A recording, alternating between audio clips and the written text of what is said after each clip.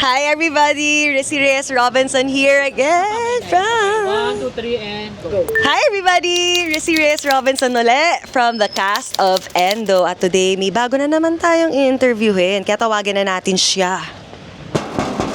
Ate, ayan, si Ate Rosalie! Hi Ate! Hello po. So, sabihin mo naman sa ating mga madlang people kung ano po bang work nila. Cashier po and then stock clerk po. So, before po nitong work nyo dito, saan po kayo nag-work? Sa clothing po. Clothing store. So, ano pong ginagawa nyo doon? Nagsisales din po. So sanay na po pala talaga kayo sa sales. Tapos ito ngayon, may sarili kayong stall. So, kayo lang po ba yung empleyado dito? Ako lang din po. Hindi po ba mahirap? Hindi naman po. Sanay na po. Pero kamusta po yung hours nyo po? Like, mahaba po ba yung araw nyo? Yes po. Dahil medyo mahaba nga yung hours nyo, no, araw-araw. May time pa po ba kayong lumove life? Meron din naman po. Ay, ang bongga ni ate. Tapos, yung pag nag-love life kayo, paano yun? Kailan? Pag gabi? Or breakfast ba kayo magkasama? Or... Every off ko lang din po. Kami nagsasama. So, kapag... kailan po yung off nyo? Kailan po yung off days? Depende po din sa akin. Minsan sa 1 month wala akong off. Next month, ganun lang yung off ko. 1 month walang off day? Bakit ito po bang store ay araw-araw talaga? Yes po. Monday to Sunday? Yes po. Parang so minsan 1 month, tapos sa isang month, isang day lang yung off? Depende din sa akin. Ganun pala yun. So, sa day off nyo, anong ginagawa nyo? Naglalaba, naglilinis, ganun, pahinga, ganun.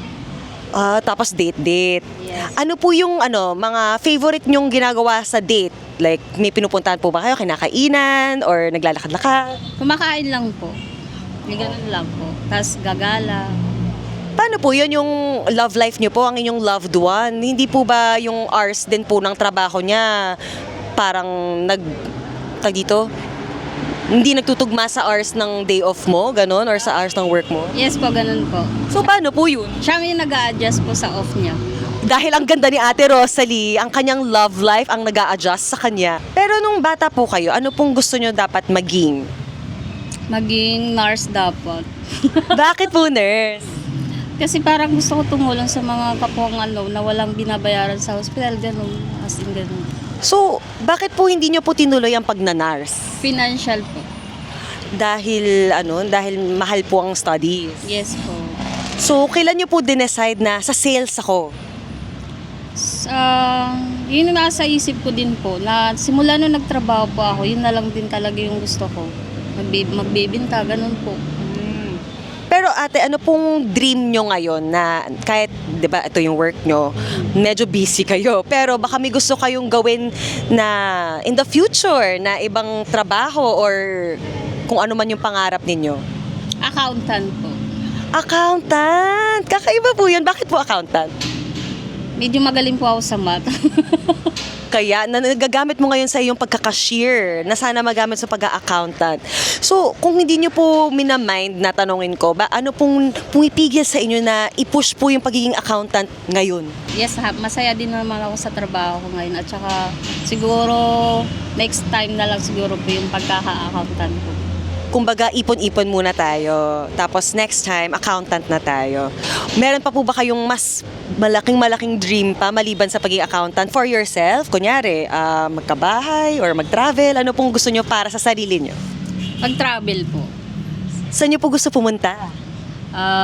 Hong Kong. Hong Kong! Bakit po Hong Kong? Yun ang gusto ko po doon. Kasi nandun si Mickey Mouse. Yes po. Oo, mag-Disney siya.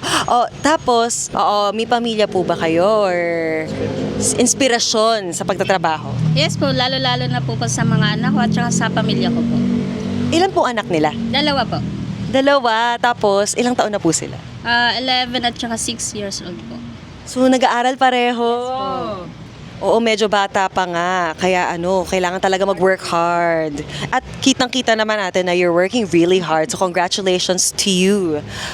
I-manifest natin ang pagpunta niya sa Hong Kong, di ba? Biyahe with the kids and with the family. At sana ay lagi kayo masaya, ate, at ma-achieve mo lahat ng pangarap mo. Meron po ba kayong gusto i-shout out? Wala po. mag-shoutout sa family ni ate. Ayan, hello sa family ni ate, Ate Rosalie. Good luck po at sana po ay lagi kayong healthy at happy at pati na rin ang kids nyo. At sa lahat sa inyo nandyan na may endo man or wala, sana makanood kayo ng aming Play Endo sa Petro Theater Center from April 10 to May 10. Tickets are available at tickettome.net. Thank you, Ate Rosalie.